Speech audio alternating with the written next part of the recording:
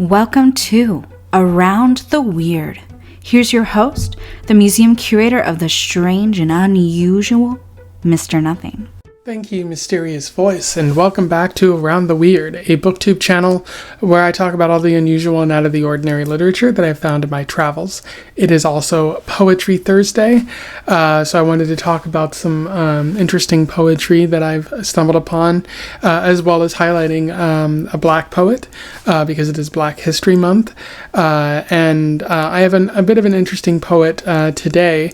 Today's poem is all about screaming children and the universe. I am referring to The Universe's Primal Scream by Tracy K. Smith. For those who don't know, Tracy K. Smith is a Black American writer who has been getting her work published since the early 2000s, it seems.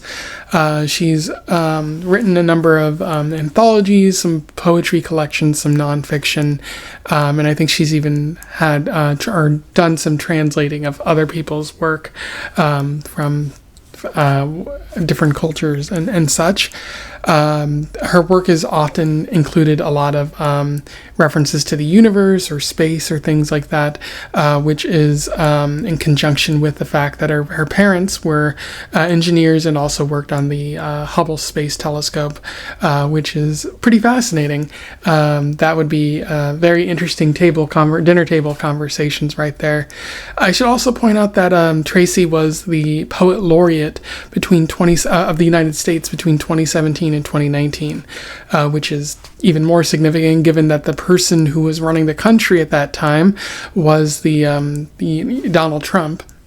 Although I do think his first administration was certainly less chaotically oriented towards demonizing people of color and DEI sort of things than his second administration was. So there were still people who were good in the administration, or at least connected to the administration at that time, which they've all kind of been forced out at this point. So that's not something that I think would really happen in this time. But it is good that she was able to be the poet laureate during that time.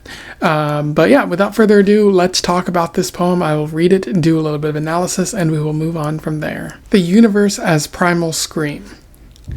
5 p.m. on the nose. They open their mouths and it rolls out, high, shrill, and metallic. First the boy, then his sister.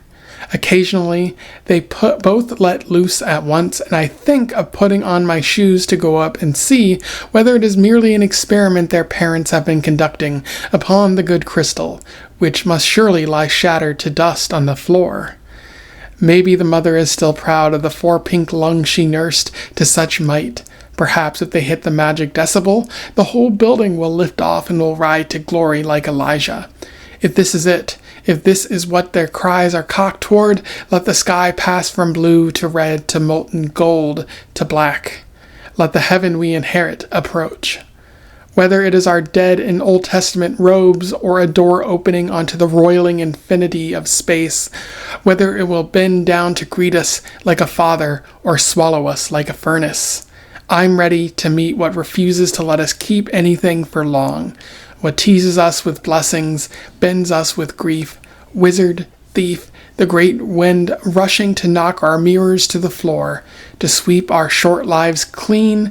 How mean our racket seems beside it, my stereo on shuffle, the neighbor chopping onions through a wall, all of it just a hiccup against what may never come for us. And the kids upstairs still at it, screaming like the dawn of man, as if something they have no name for has begun to insist upon being born. So that was The Universe's Primal Scream. In terms of analysis, there is a little bit worth talking about with this poem. In terms of narrative, I think what's going on is this person lives in an apartment complex with thin walls, and at 5 p.m. 2 children just start screaming, and the narrator's like, this must be like an experiment or something, and it makes them think about how the apartment complex will rocket off towards space and they'll meet infinity, and that gets them thinking about the ultimate power of the universe and how these things don't necessarily seem that loud or that great in comparison. So very fascinating, very exaggerative poem. I would say there's a lot of exaggeration, because they at the beginning of the poem they say, and it rolls out high, shrill, and metallic, and they say their parents have been conducting upon the good crystal, which must surely lie shattered to dust on the floor. Like the screaming is so loud and obnoxious that it's capable of shattering the glass that they have in their home. And they also talk about the apartment complex rocketing towards space because of all the screaming, like the magic decibels sending it, shooting it off into who knows where. They at the end of the poem they also say, and the kids upstairs still at it, screaming like the dawn of man, as if something they have no name for has begun to insist on being born. So again, being able to will something into existence, screaming like the dawn of man. It's primal. There's a lot of references to primal things in this poem. I do think it adds a little flavor to the poem to be so exaggerative. Like, of course, people can't scream that loud. Sometimes they might be able to, but I've been in many situations where it seems like a neighbor was shouting, or being around children, they were screaming so loud it was like, this is going to break everything around me. There's also a little bit of contemplation of what space is, or what this great infinity is, and there's sort of a contemplation on the nature of mortality. What you see later in the poem, they say, I'm ready to meet what refuses to let us keep anything for long. Mortality right there. What teases us with blessing, bends us with grief, wizard thief the great wind rushing to knock our mirrors on the floor, to keep our short lives clean. And again, referring to like the dawn of man, and a name has begun to, something they have no name for has begun to insist upon being born. So something being ushered forth into the world. A lot of that's just like, when you think about the nature of mortality and whatnot, perhaps the screaming children, perhaps the other things you might hear with your thin walls might not matter as much. So a little bit of exaggeration going on, but also a little bit of comparison. Like, what does this mean in the grand scheme of things? I will say the line, or a door opening onto the roiling infinity of space, sounds like it's a very fascinating, very well written line. But again, roiling infinity of space, like with all that happening out there, what does it matter if children scream for a little bit? Obviously, it kind of matters a little bit because you're losing your peace and quiet, but I guess when you consider greater things out there in the world, it doesn't honestly really matter. It's a temporary kind of thing. Anyway, those are my thoughts on The Universe as Primal Scream.